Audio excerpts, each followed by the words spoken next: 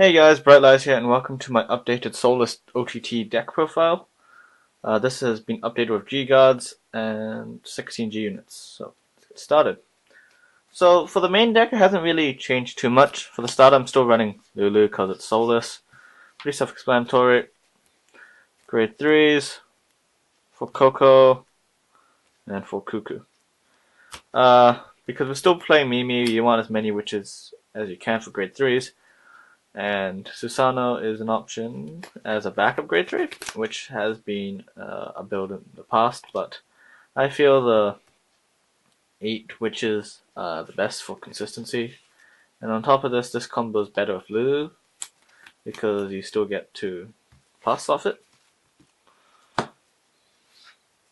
Next up for grade 2s, 10Ks, just play 4 of any that you want. Just to prevent early rush, and while the grade 2 game might be less prominent with Sea Breeze, it might still be there because you don't run Sea Breeze yourself, but you're not too scared of riding to grade 3 because you plus so much when you do. But this is just to prevent rush. For Silent Tom, a lot of people have said Silent Tom is now dead because of G Guards, and while yes, the 20k G Guards is very strong at shutting down Silent Tom, because like 20k brings it up to 31, which unless you have 3 triggers on this guy, will get denied.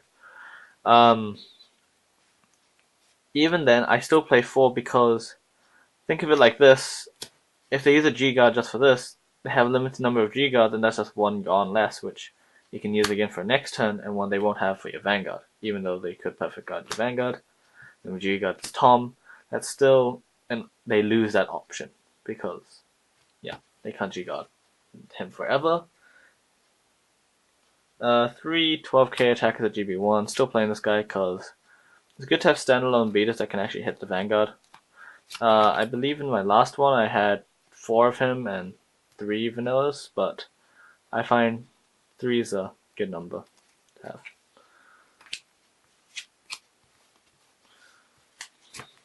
On to grade 1s. For Stride Enablers, pretty self-explanatory. Don't want to discard your witches for your Mimis. 6 AKs.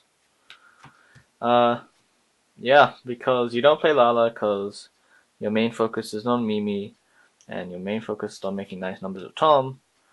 And yeah, like this guy with your 10k vanilla, when you use your Susano Stride, you can hit 22, which is pretty good.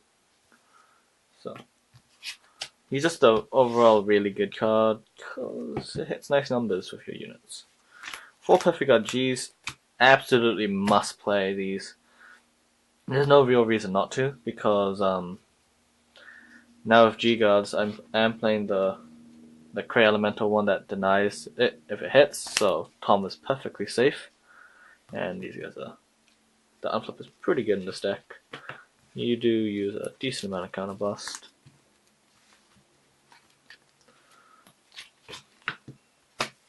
Next up for triggers, we're playing 4 Psychic Bird. For your, in case you have a really crappy handful of triggers, you just Psychic Bird it and then hopefully pick up a better card. I'm playing 3 Susano crits because we are playing the Susano Stride. I would play a 4-5, I just can't get my hands on one currently. So it's basically a Heart Thump Worker clone that moves to the sword when you have a Susano Vanguard. When your Susano Vanguard attacks, you give it plus 5k and then you draw one. It's pretty good. If you could give it to any unit, you know exactly what unit I'd give it to, but life can't be perfect. Play 5 more other crits, just vanilla ones, just so you have your 12 crit. Ideally you'd want 4, but even then it's not too bad. And 4 heals, obviously, even before G guards, 4 heals are staples, but now just even more. Okay, on to G zone, exciting stuff. Playing 2 Kieran. Basic on hit, so when you are riding Cuckoo first, then you straight into this one, as I've probably explained in another profile. 1 Medu for when you ride Coco, and then discard a Coco and Medu, you can fetch it back for your Mimi plays. two two Mimis, good hand pressure late game, and because grade 3s aren't technically dead, but this just gives them another use if you don't want to continuously stride and clog your hands up with grade 3s. So yeah, to Takemikazushi or whatever, I can't pronounce shit. He's still like an option I like to go into. Like I go Midiu first, and then this guy just gets some more hand advantage. What I really like about the 16G zone is because it allows so much more space. Like normally it'll be this and a blizzard, and then I'm done. Yeah, this and a blizzard, and I'm done. And that's my G zone. And I didn't even have room for the Susanoo stride because I found it kind of unneeded and waste of space. But the 16G zone is pretty good. It gives decks like this diversity. So this helps replenish your hand. Speaking of the Susanoo stride, I run 2. So his skill, because I haven't ever talked about this card before, is you flip a copy face up, and then all your units, no jokes, and then he gets a skill that when he attacks, hits a Vanguard, he can look at top 2. Let me try and focus that. Bad lighting. You can look at top 2 and put one to your hand, put the rest at the bottom. So basically a Kieran, but his other skill is GB3. All your units get plus 2k, which isn't that great, but I mean it can make some nice plays. As in, find it. Like let's say you have a Coco, Lulu. This is straight in here. You don't have any AKs because you damage checked like 5 of them, and you have like let's say 1 AK.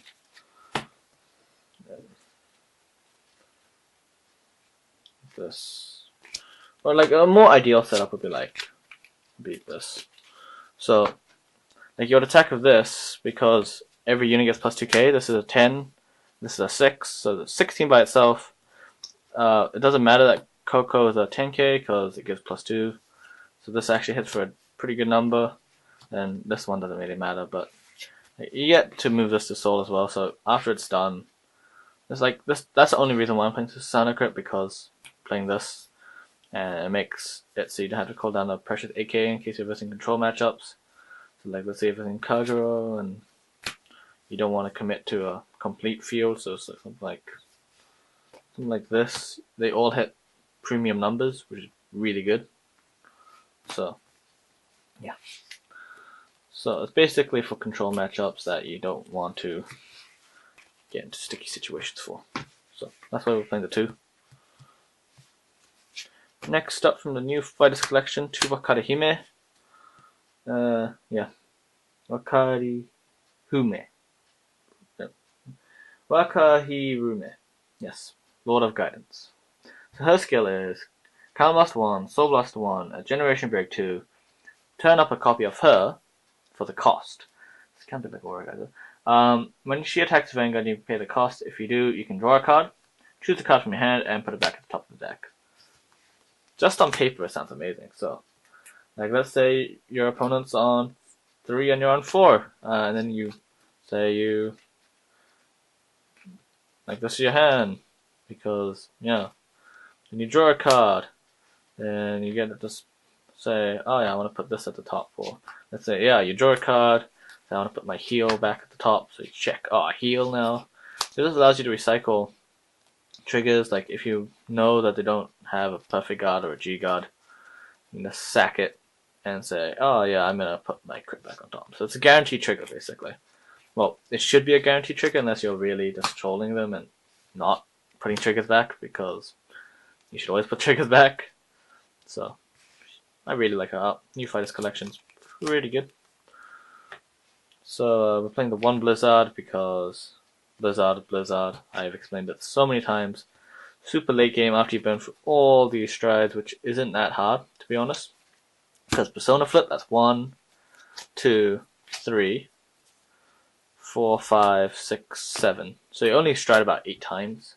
which you're like, whoa, you have 16 G units. Yeah, you only stride about 8 times in this deck, which may sound like a lot, which is like the normal number for like, you know, pre-Fighters Collection expansion.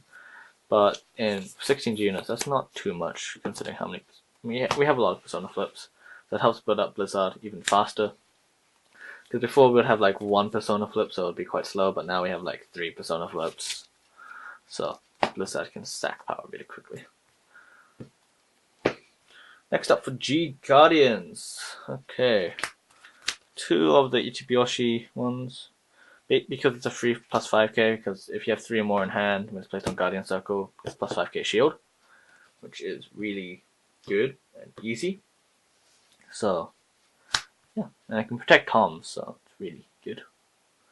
Really good. Then we're playing 1 Dismal, as you saw. This is against Kagero and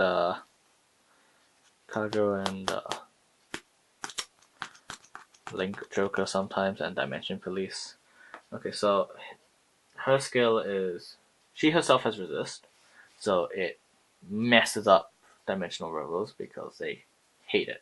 I have one friend who plays it, hates this card so much, which is why I play it in like every deck I can. So her skill is when it's placed on Guardian Circle, you can choose one of your rear guards, and until end of turn, it cannot be hit, and it cannot be chosen by an effect. So that's really good because let's say a cross swings at your Tom, and you're like, shoot, I can't perfect guard him for some reason, I don't have enough cards in hand to guard it, or like you don't have enough triggers. You just drop a G guard, drop this, say Tom can't be hit, then the cross fails to hit. Well, I mean, they could still burn it if they have a persona of the cross himself, but it's the thought that counts. Actually, no, they can't because it can't be targeted. So it's like an anti the cross. Pretty good card.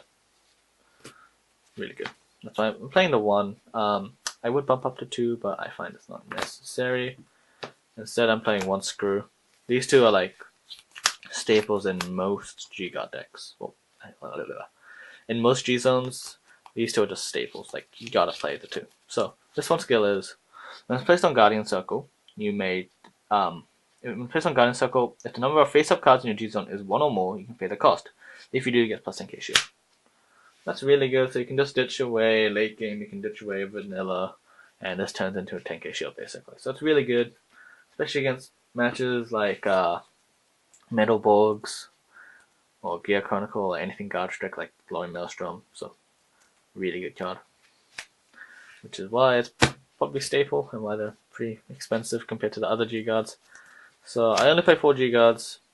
If you want, you can bump up to 5 by taking out a Kieran. You can take out a Kieran, put another Dismal if you want, or another Screw, up to personal preference. But I like having 2 Kieran because then when I can go into like this one, and then this one, and then I also have a Kieran like for a Persona flip for Blizzard. But if you take it out, I mean, you can still flip up anything with Blizzard, so you can flip up a Godhawk or whatever. But that means you just have 1 less G-Guard to use unless you have like multiple heals in hand. But this is how I like this. I've tested it. It works pretty well and it's quite consistent. It's a very consistent deck. So, yeah. Thank you so much for watching the updated Souless OTT deck profile, and I'll see you all next time.